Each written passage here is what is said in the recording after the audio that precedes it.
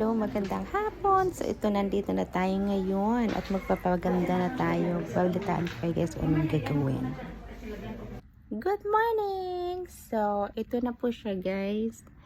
So, first day after ng aking first session ng PRP. And next week ay after 2 weeks daw, ano naman siya, mesotherapy. So, kahapon, PRP yung ginawa nila sa akin. So, ganun pala guys. Dito pala nila kukunan ka pa sa PRP pala, kukunan ka nila ng dugo. Tapos, ang dugo, yun yung i-inject sa mukha mo para matanggal yung pigmentation ng melasma. Ganyan pala ang proseso niyan. Amazing, no? Diyos ko, ang taas ng Hindi ko nakunan ng video kasi ayaw kong tumingin ng ng tao dito, ng Cyrage, napakataas ng dagom. Kaya hindi ako nakapag video. So, ayan. So, makikita nyo, ito po ang aking face ngayon.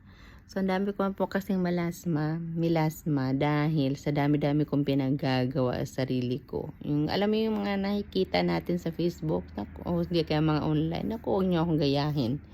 Kasi kung ano-ano. Pero, technically naman talaga, meron akong ganito. Kasi nung island hopping kami sa Phuket ng 16 days, parang that time kasi wala akong ganito.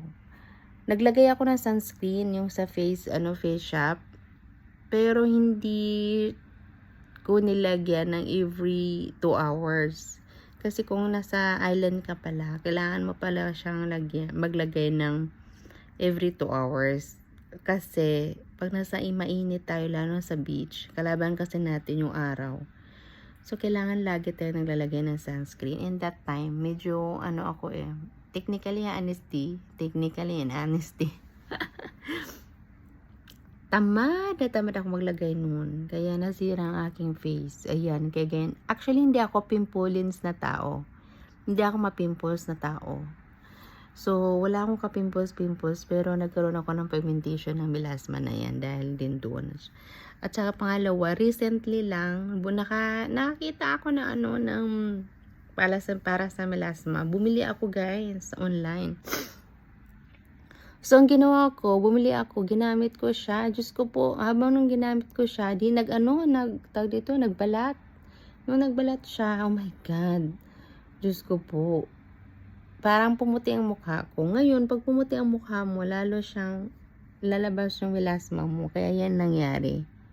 Diba? Medyo pumuti yung mukha ko, kaya ang melasma lumabas. Kaya naman guys, kahapon, talagang pinikitan ko ng gumasto para lang matanggal yan dyan sa mukha ko. Ayan. So, medyo na maga pa siya. Pero ganyan talaga guys, walang ka-filter yan. Ganyan ang mukha ko. So, tingnan natin after ng 4 session. Kasi 4 session yung akin. So, sabi ng doktor ko, after 2 weeks. So, every day, nag-a-ask siya na mag-send ng picture ko. Siguro gusto niya makita ako anong progress. So, itong readiness na to, pag natanggal na siya, mawawala na yung sakit ng aking mukha.